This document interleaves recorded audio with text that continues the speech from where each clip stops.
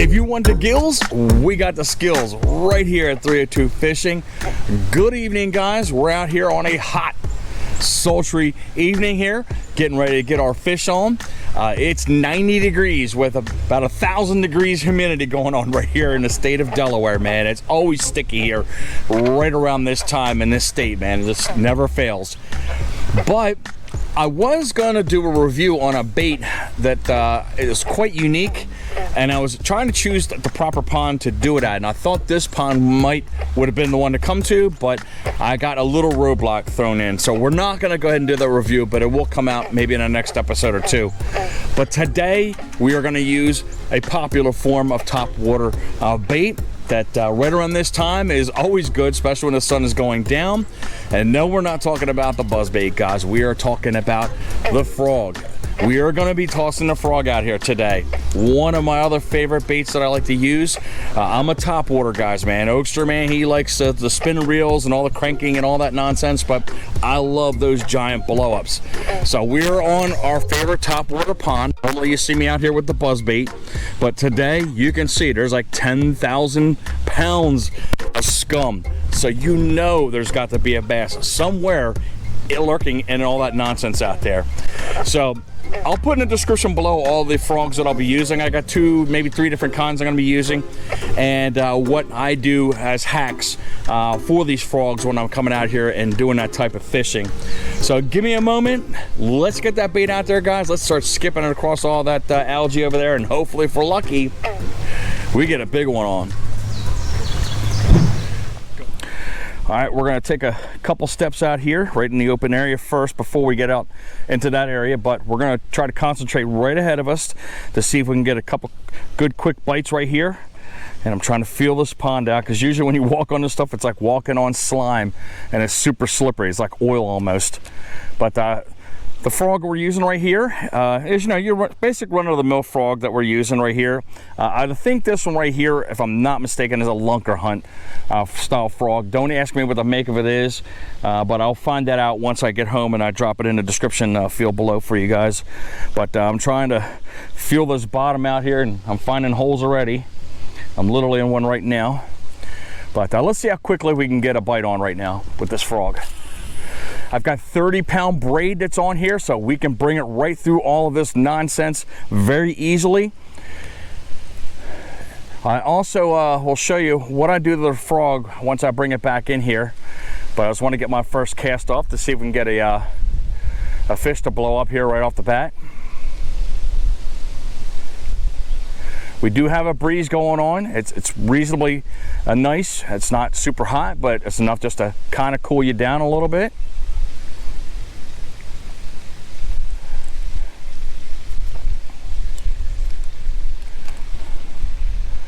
But this is my first time coming out with the frog for 2020 here, so we'll see what we can get.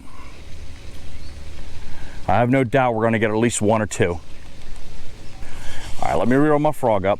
So when you buy these frogs out of the package, obviously you can see the appendage that's on the back here, or the legs people want to call them, and usually they're super, super long, these legs here. So most people, what they do is they try to cut these legs off, and they turn the frog upside down and cut almost right to where the nose is at. You want to keep, if it's kind of open water a little bit, you want to keep one side longer than the other so you can do the walk the dog. But of course, you want to cut it short too when you're casting over this algae and everything else, so when a fish does strike it, it's not a short strike. They're not striking on that long piece that's at the end right there. Also, what I do here is, I haven't done it because I don't have a pen on me right now, but if you notice the dots that are right on here, so when the frog comes across these open areas of water that are around here, they see the bottom of that frog, and they can see sometimes the colorations and as well the speckles that are going on, because usually this is bare white. So I use a Sharpie and just tap in a couple speckles there. Also, if you listen, let me put it right here. If you listen, there are rattles that are in here. Most of the times people put the glass rattles in here. I don't do that, because when you get them in there, it doesn't take long and they break and they rust out, and it's just a big old solid thing that doesn't make any noise at all. So I found an alternative, and they were tiny, tiny little trout rattles. It's a tiny version of the bigger rattle that would go in this frog, but it's hard plastic and you get those beads in there, and if you put 2 or 3 of them in there, it makes a lot of noise, just the same as if those glass ones were in there. But again, you're not having only maybe 10 times going out and breaking it. This lasts for God knows how long. So those are the things that I do. Of course, you want to use braid when you're working with this type of an environment right here, so you can pull these fish right out of this junk. But let me get that bait back out there again. Let's get to work and see if we can get one of these nice ones on, because this pond does have some giants in it, guys. There's an 8-pounder lurking in here somewhere. Look, there's a hitter. Hit already, guys. Just missed him. That didn't take long. I took 2 casts and I already got a blow up on it already. But we'll get that back out there, guys. Every time that you bring your retrieve in, maybe I would say maybe 3 or 4 or 5 retrieves, always empty the water out of that frog body so it can float on top. But let's get that back out there again. That makes me glad that we already got a blow up right off the bat.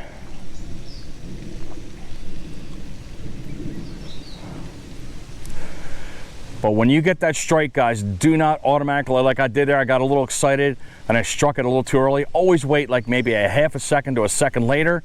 Allow that fish to get that bait in its mouth so you can set that hook.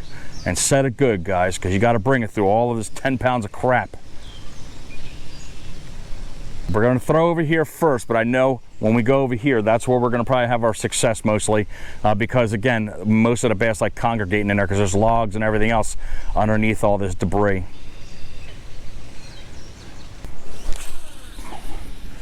And I'm going to cast it as far as I can get it out there. Let it set for a second.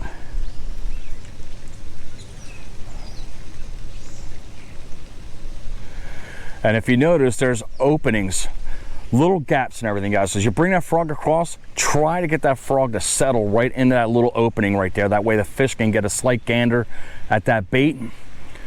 And it makes it easier for them to go ahead and try to attack it and get that bait in their mouth accurately. Wow, did you hear that blow up over there, guys? Right in the back over here. I don't have the best skipping abilities, guys, but we'll try it out here.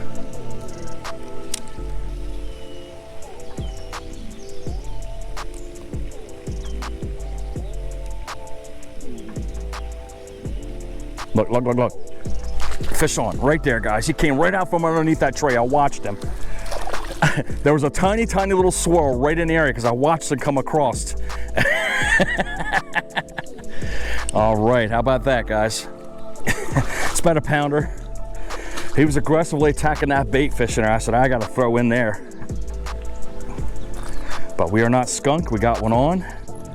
Boom. All right, guys, this might be a good episode here. Thank you, bass. And she gone. Now, had I casted that bait over there, in my own personal opinion, guys, if I did not have the rattles in there, that fish probably would not have been attracted to this bait at all. But they can't resist if the bait is making some type of noise.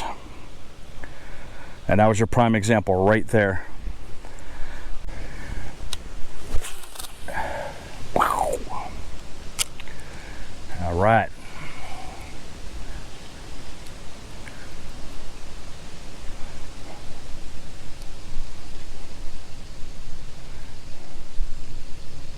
And I'm sure you'll notice that I'm right in this open area. I'm reeling all the way in without keeping the continuance of the bait. There's nothing there, guys. It's shallow. It's super clear. These fish can see me. I know where these fish are primarily going to be at. They're going to be way back in that backside area.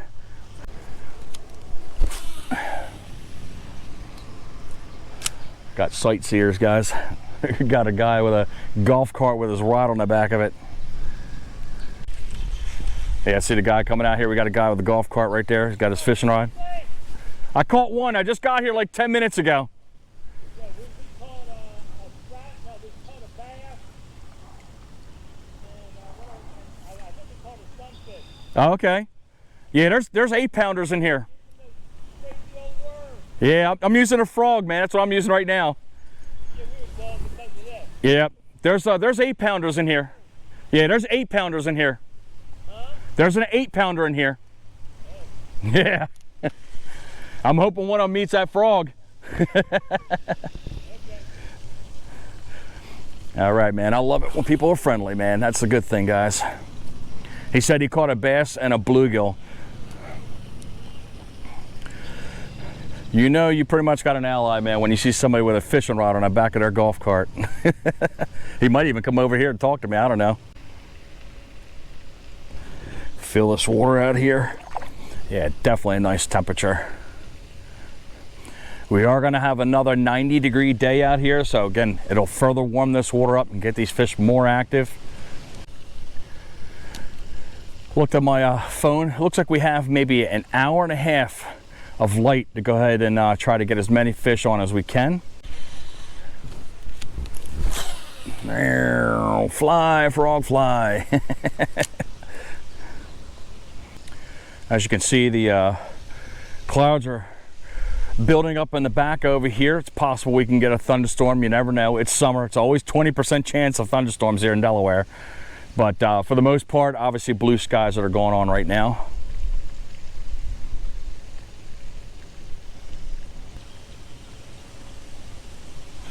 All right, let's cast a few out to my left-hand side. Eventually, we're going to make our way underneath that tree and out towards the middle is where we're going to throw, and of course to the left-hand side where all these pieces of structure are. I just want to try my efforts right here to try to see if we can get one or two before we go through the effort of going underneath that tree, because again, there's holes and everything else I got to deal with over there. But let's go with where I think the high chances are of a fish to blow up on the frog will be.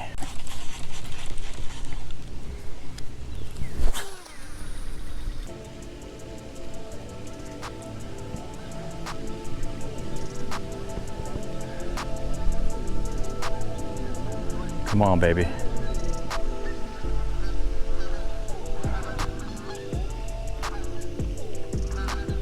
There's a hit. Fish on. We got him. We got him. I had to wait a second. He's in that muck, guys. Definitely in the muck.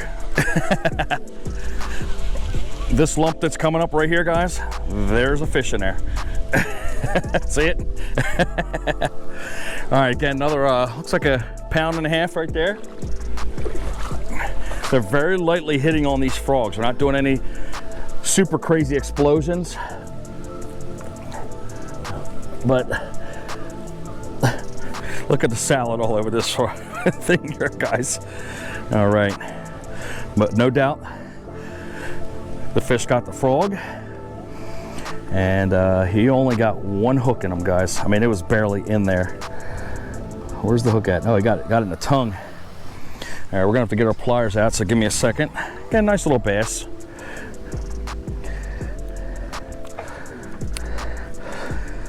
But we gotta turn this frog around. Gotta loosen this up a little bit. There we go. Number 2. Decent looking one. Let's get that one on its way. There you go. Oop. I guess stunned him a little bit, but the fish is gone. Here's the fun part, guys. Trying to get this off of here. What I always try to do, guys, is I try to pick off little pieces at a time, because it's hard to get it off this braid here, and you don't want the braid cutting into your fingers and everything if you're trying so hard to try to pull the lump off as a whole. And of course you don't want to slip and get frog hooks in your hand too either, because that's happened to me before. But give me a couple seconds, we'll get this junk off of here and we'll get back to fishing. So I'm going to try to give a little helpful hint, guys. You know, if you use it, that's fine. If you don't, maybe it might help you out. But I do see a lot of people out here who are fishing with their hands right here, which is okay, because, you know, here's the trigger. You got your finger right there. But me personally, what I like to do, just based on what my father taught me when I was a kid, and I just watched him do it when he was out there fishing during his bass club days way back in the 80s, is you take your hand and your pinky and your ring finger here, you'll put that right there, right where the gripper part is, the fake trigger right there, and you're gonna cup the reel in your hands. You're gonna put your thumb right in front of the reel, and then use your other finger to be right there too in front of the reel. And the reason why I say you to do that is when you're throwing these baits out here, man, you gotta get that hook in there deep into that fish, and this just gives you a little bit more leverage to keep that hook in there. So, because that fish is gonna jump, they're gonna try to get that hook out of their mouth, and you don't wanna give them any kind of leeway. So this position right here will help you bring that fish in and make sure it doesn't come off. Because again, when you're back here, you just don't have that. In my own opinion. But let's get back to fishing. Let's try to get another one, and I think we're gonna get something off of this one right here too, because I'm in the area and I can already see wakes that are out there and everything else. The fish are perusing around there. Look at these geese struggling trying to get through all of the algae over here. You got one at the beginning, and they all follow right behind through the trail that the first one is creating.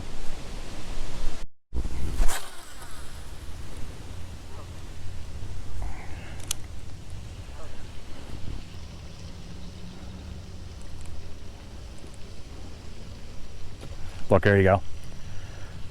Is he on? Ah, totally missed it. That was a nice blow up, guys. He missed it. I'm quite surprised we haven't gotten a blow up over here yet in this area, because this usually is a pretty good area as opposed to over here when we do have the higher chance of getting fish on. But I heard the frogs just a croaking, you know, right when I started this episode, and now you barely hear them at all. We'll throw a couple more casts here, and then we'll get up under that tree and we'll start attacking the left-hand side over here. Right now we're just not getting anything other than those two that we had. One right over here and then one right out in the middle here. But it's been deader than a doornail right now. I'm gonna try to take a couple steps forward, and I'm gonna try to throw off to the left-hand side over here towards the shoreline. See if they're a little bit closer instead of out here in the deep area where I've been casting. All right, I'm gonna change my frog up. I'm gonna go with the black one just to see if that might do something here. Again, we haven't had a hit in a bit off of the frog that we have tied up right here. So it's, again, experimentation. There we go. There's gotta be one right over there, guys. I put in a nice spot. There it is. Big fat blow up. We got a big one. We got a big one, guys. Clearly we got a big one. That was a huge explosion. Look at this junk. You can see my rod bent over, guys. There is a big one on here. We just need to know how big it is. My God, that was huge. Look at this huge mound coming at us, guys. Let's see how big this fish is. Oh yeah, that's a nice one, guys. What is that? Yeah, that's a bass. Whoa, whoa, nice. Well, about 2.5 pounds, guys. That was a huge explosion. As soon as I pulled that bait, guys, that fish had it. I don't highly recommend this, guys, but I gotta do it in order to get the fish off. She's got that frog bird in her though. There we go. It's a little bit easier there. All right. There you go. That's a decent one right there. She got that black frog buried in her, man. Barely in there too, because I just barely put my finger in there. But I appreciate you. Thank you. That was a long time in between fish. But let's get this one on its way. Give it a little aeration. But I knew there was going to be something right along that edge, guys. I wish it was bigger than that, man. I mean, the splash was loud as anything. But still, good size. Bigger than the ones we've been catching. I was starting to feel down a little bit, and I wasn't getting a strike in a while. And I'm like, man, I must put them in all the places where I know they would have been. But again, use your intuition, guys. I mean, if you know something's going to be over there, man, just cast it there. Don't keep thinking about it. Just do it. All right, guys, I'm gonna be brave and I'm gonna try to walk over here, see if I can walk over here.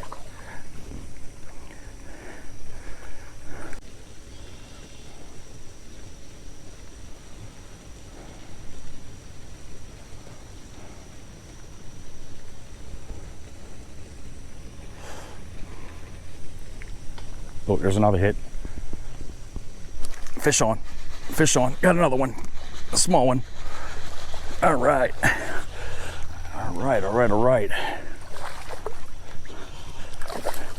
Oh, they're jumpers. I was trying to shake off that thing. I don't know why I keep reeling this thing all the way to the tip here like a fool. Swing it to you, Dan. Ooh, that's a big old boom, whatever that was. All right. Fishing's starting to pick up. Just about a pound.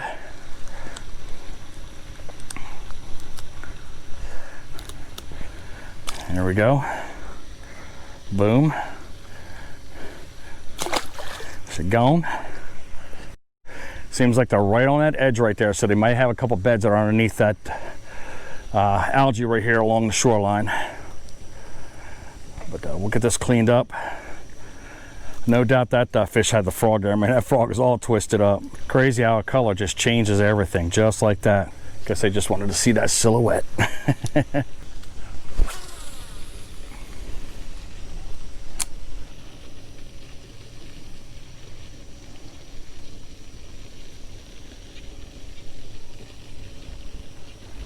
Fish on, guys, we got one. It barely got the bait, but he got one. Or got it on there. A little small one. All right, there you go. He barely swooped up on that bait. Barely swooped up on it. Whoop. He got both hooks in his face, so that's all I know. All right, good deal. And she's gone. All right, so I'm gonna go right into this easement right here, guys. Again, I'm not on anybody's property line. If somebody yells at me, I'm just gonna get off. I'm not gonna sweat about it, but I just wanted to try one more location. Again, we got our hip waders on, so we should have no problem getting out to where I wanna get to. And hopefully land into one of these big old giants. The ground is nice and soft here. Waiting for myself to fall into here somewhere. It's nice and mushy here. But we can cast the distance here. Look at all these bass. Look at them all. There we go. You see it? I knew there was a bass right there, man. I can see the wake right there on the edge.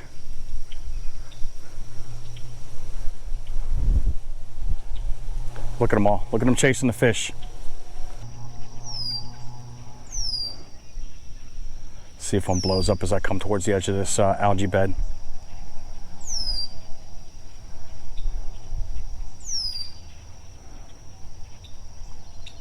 There you go. Fish on, fish on. Nice. Oh, what a jumper, guys. What a jumper. Nice. All right. Absolutely exploded on that frog. He is a muddy mess. Oh, look.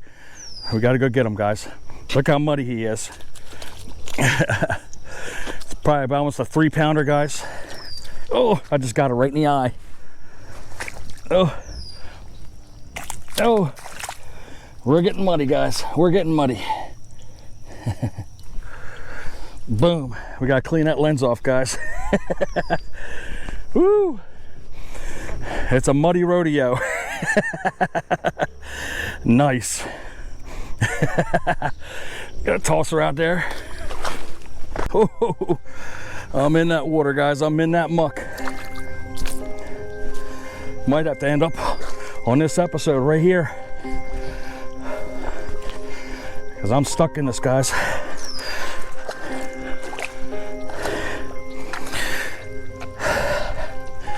Stuck in this mud big time.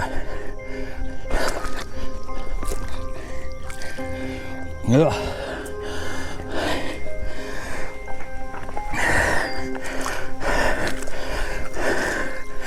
My boot is literally ripped off, guys. Look. Woo. Let's get our rod out of here. And we gotta keep our center of gravity low.